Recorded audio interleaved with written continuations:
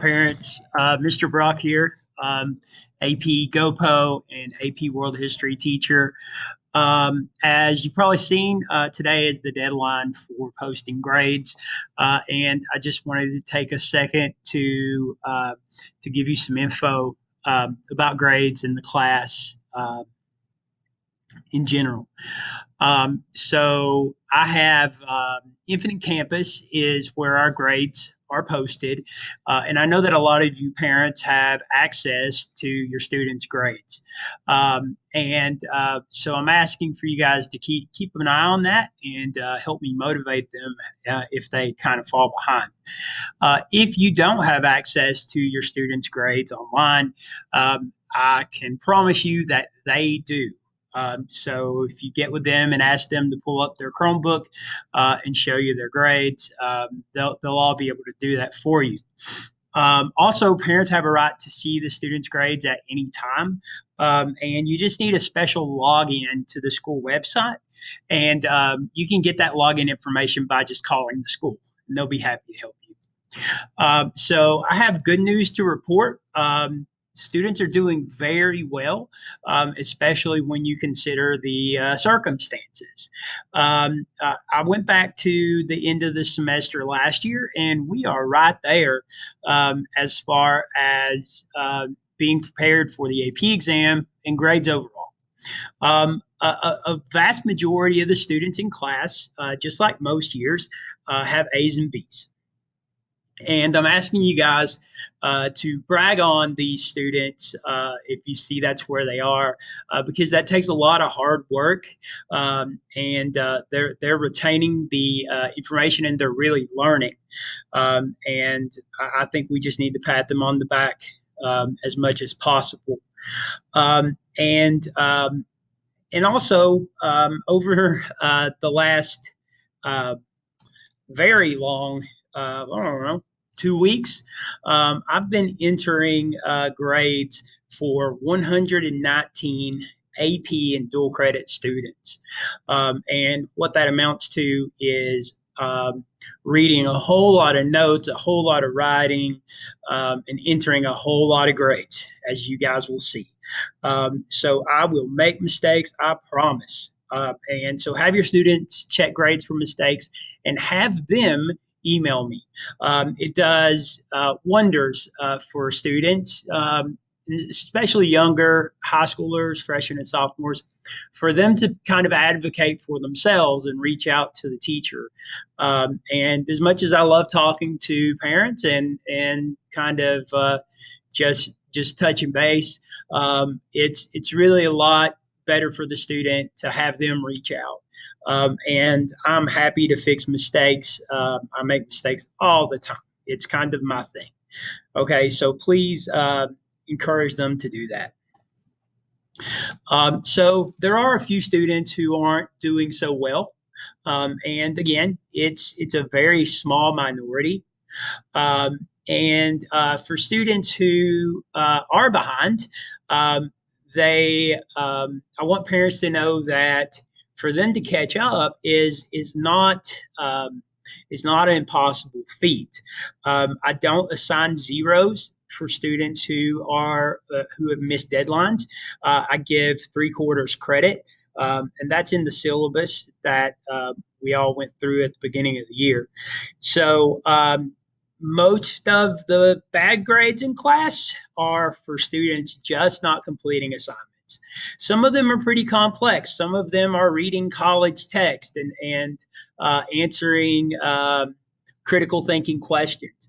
But also, a lot of them are reading directions and typing OK in a box, or watching a short 5-minute video.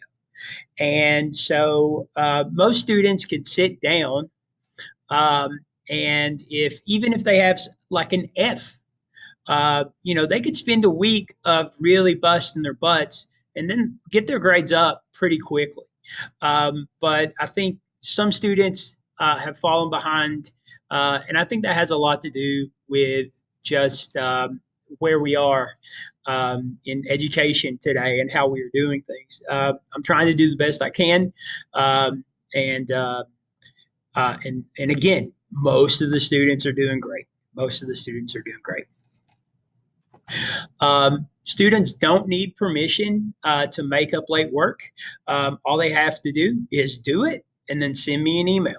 Once they send me an email, I will flag that email.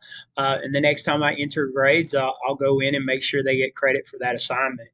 And I've talked to a few parents, and what what I've come to kind of understand is I think the process goes a lot better if the parent talks to the student to find out what's going on.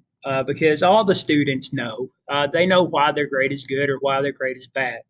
And then I really appreciate, like I said earlier, for the parent to encourage the student to contact me. Hopefully, I'm not some big scary bald man with a beard, and the students know that I'm on their side. So if you guys could have the students contact me and let me help them. A pretty common question I get is, Mr. Brock, why do I have a 70 in your class? And my answer is always, you know why you have a 70 in my class. And so all that information is there in Infinite Campus, and it's not some magical equation. Just different assignments are worth different amounts of points. There's no extra credit. These are college classes, and we just don't do extra credit.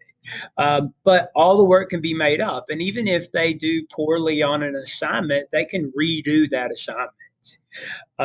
And finally, I just want to um, I want to share with you parents the same thing I share with the students quite often. Our goal is the AP exam in May.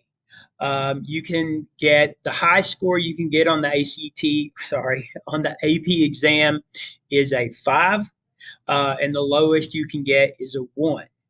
If you get a 1 or a 2, you don't get college credit for this class. If you get a 3, a 4, or a 5, you do. And that's why I'm really pushing the students to kind of build on that responsibility. Um, and then I, I have actually went in and tried to enroll every parent to get these remind messages or text messages. I always send these out before a unit exam, also when I post grades, and hopefully all of you guys are getting it. If not, it's a pretty simple process. You just send a text to this phone number here, 81010, and there is a code for each class.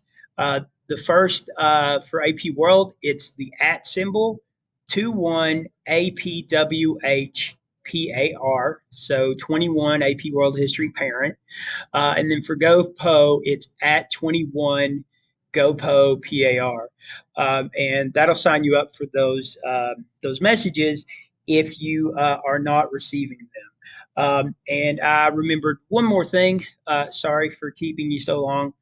The school are providing free ACT workshops every Friday.